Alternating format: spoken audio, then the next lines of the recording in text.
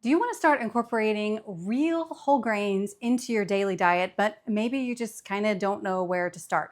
What does this actually look like? And what recipes are actually good for beginners? In this video, I'm going to be giving y'all 5 wonderful, amazing recipes that are absolutely perfect for beginners that use a lot of whole grains. So you can increase that fiber, have good meals that aren't going to necessarily spike your blood sugar, and especially those that mill your grains at home. These are also simple beginner recipes that work for home millers as well. Plus, I'm actually going to have a bonus recipe for y'all at the end, so be sure to stay tuned.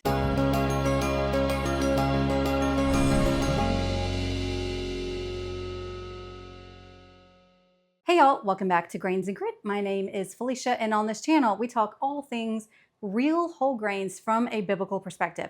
I teach you how to mill your wheat, why you should be consuming whole grains, how to be using freshly milled wheat, and more. So you may have been told by your doctor that you need to have more whole grains, or just for various reasons, you know that grains are important. Whole grains are actually very important to our diet. Just remember that they have been sustaining humanity for thousands of years. There's a reason why we call bread the staff of life, because in every culture around the world, they have some sort of bread as their staff of life. But whole grains is not just bread. There are many, many ways to incorporate real whole grains and also just freshly milled wheat and grains into your diet simply and again, easy for beginners. So as I stated in this video, I'm just gonna be giving y'all 5 recipes plus a bonus one for those of you who may be beginners in this whole grain journey. And let me know in the comments below if you try these recipes out and how you like them, or if you've already tried these out before because you've been on this following me for a while, then let me know which one is your favorite. All right, so recipe number 1, that is of course my simple yeast bread loaf recipe. This is a perfect bread recipe for beginners, especially because you can do many things with this. But bottom line, this gets you good, soft loaves made with 100% freshly milled wheat. And if the bread loaves are just still a little bit too intimidating for you, no problem. You can easily convert this recipe into rolls that also allow you the benefit of having hot bread straight from the oven. Because with loaves of bread, you technically should not be cutting into them hot because they're fall, but you can enjoy hot rolls straight from the oven. Recipe number 2, the easiest, and it's been around for forever. You are probably already familiar with this, but it has a cousin as well, and that is oatmeal. Now, the beauty of oatmeal is you can easily buy oats from the store. Now, of course, to get the maximum nutritional benefit, you need to be rolling your oats at home, which is getting getting oat groats, which kind of looks a lot like wheat berries, and then actually rolling them yourselves to make rolled oats. And then from there, you can also make quick oats as well. But don't worry if you can't do that, because oats are a great whole grain to have, even if you buy them from the store rolled or if you buy quick oats. Oatmeal is a great way to start your morning, and it has a cousin. I say it's a cousin, and that is kind of more of the dressed up, fancier version of oatmeal, and that is something that I'm probably gonna butcher, muesli. Muesli. Muesli. And basically, it's kind of like a fancier version of oats, because this is actually something that you can easily make at home and you can do it however you want to. So up here on the screen, I'm actually going to be putting the basic formula that I use to make your own muesli at home. And that is, the basic formula is 4 cups of grains, 1.5 cups of nuts and seeds, and then about half a cup of dried fruit. And from there, you can do with it whatever you want. I generally like to toast the nuts, the seeds, and the grains just in my oven, basically 350 degrees for about 10 to 15 minutes, just to get a light toastiness. And then you just take that, throw in your dried fruit, stick it in an airtight container like this mason jar here. And then you can, from here, you can easily make this into kind of like overnight oats, where you add basically equal parts of this to say another mason jar. So about 2/3 cups of your muesli, 2/3 cups of milk of choice. Let that sit overnight, and you basically have an easy breakfast first thing in the morning with many different types of grains, nuts, and seeds, and fruit to your liking. So up here on the screen, I'm going to be giving y'all an idea of your grain selection. They can include rolled oats, whole rye, whole barley, or even rolled barley, sorghum flakes, quinoa flakes, millet puffs, or millet flakes. And the reason why you kind of want to go, I suggest doing more of like the rolled or the quick oats, is because those tend to do better, I think, in the overnight oat type formula. They're a bit softer. So keep that in mind, but figure out which ones that you like. And as far as nuts and seeds go, you can use sliced almonds, walnuts, cashews, pecans, pistachios, hazelnuts, sunflower seeds, papitas, chia seeds, poppy seeds, sesame seeds, and even unsweetened coconut flakes. And then dried fruit, my favorite go-to, because it generally tends to be the cheapest, are raisins. Craisins are another good one. Those are just dried cranberries, or just any dried fruit, dried figs, whatever you like to use. So this is mine that I did, and it literally took me, like, I had to throw it on a cookie sheet. I just toasted everything for 10 to 12 minutes, threw everything into a jar. Bam, and it's good to go.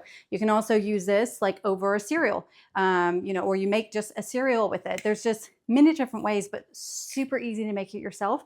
This is a combination of quick oats, sliced almonds, raisins, craisins, and sunflower seeds. Oh, by the way, if you're really liking all these recipes, if you are new to home milling, or maybe you are interested in milling your own grains, then I've got a little freebie for you, and that is my free Newbie guide to home milling. So it has everything, all the information, including links to so many different videos, where to buy grains, how to choose a grain mill, all the things. So be sure to grab that for you completely free. Just go to this link here or check the description box below to grab that free home milling guide for you. Now, recipe number 3 is my favorite, and I am including a sugary treat for y'all, and that is chocolate chip cookies. And this is my favorite go-to chocolate chip cookie recipe using 100% freshly milled wheat. And I guarantee you, if you try this, you will never go back.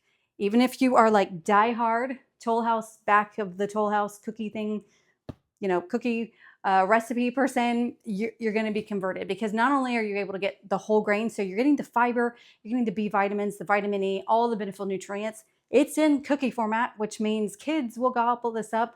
Your picky husbands or spouses will also gobble these chocolate chip cookies up, and they're cookies. So they're actually pretty simple to make, even for beginners to freshly milled wheat. Number 4 is another very versatile recipe that just needs to be in your arsenal, and that is muffins. The great thing about muffins is it is a quick bread, so it can come together very quickly. Even from milling that wheat to getting those muffins on the table, you can get it together in probably 30 to 40 minutes, depending on how fast you are. You also don't need any fancy mixers or anything like that for these quick breads. Just a bowl and a whisk will do just fine. But the beauty of muffins is you can make whatever muffins you want. The basic muffin recipe I have, you can use it for strawberry muffins, blueberry muffins, banana muffins, apple muffins, chocolate chip muffins, so many different things to use. And muffins are really great to be able to have. You can use many different wheat varieties, whether it's hard red, hard white, soft white wheat, kamut, einkorn. Many of those wheats can easily be used with this basic muffin recipe. So use what wheat you have on hand. And again, these are something that's great to have as whole grains, and they make perfect snacks during the day. Serve them for a quick breakfast, whatever you like to do. Recipe number 5, especially if you are Southern, you need to have a good cornbread. Now, I know that my cornbread, this produces much debate, because mine is a bit more of a sweeter cornbread, but my cornbread does contain not only freshly milled wheat, but also freshly milled corn, and it is the best. So you're getting the benefits actually of 2 whole grains, and cornbread is another quick bread that you just really need a bowl and a whisk for. You can have hot bread served on that table within about 30 minutes. And it's another easy one for beginners, because it's really just kind of dumping everything together, whisking it up, throwing it in the cast iron, you're good to go. All right, now my bonus recipe is an actual meal that has an ancient grain in it and is also gluten-free and can also be vegetarian if that is your diet preference. And it's actually done in the Instant Pot. Bonus. So a 1-pot meal, you can throw it in your Instant Pot. It is super crazy easy, but it actually is very delicious. And that is an Instant Pot Mexican quinoa dish.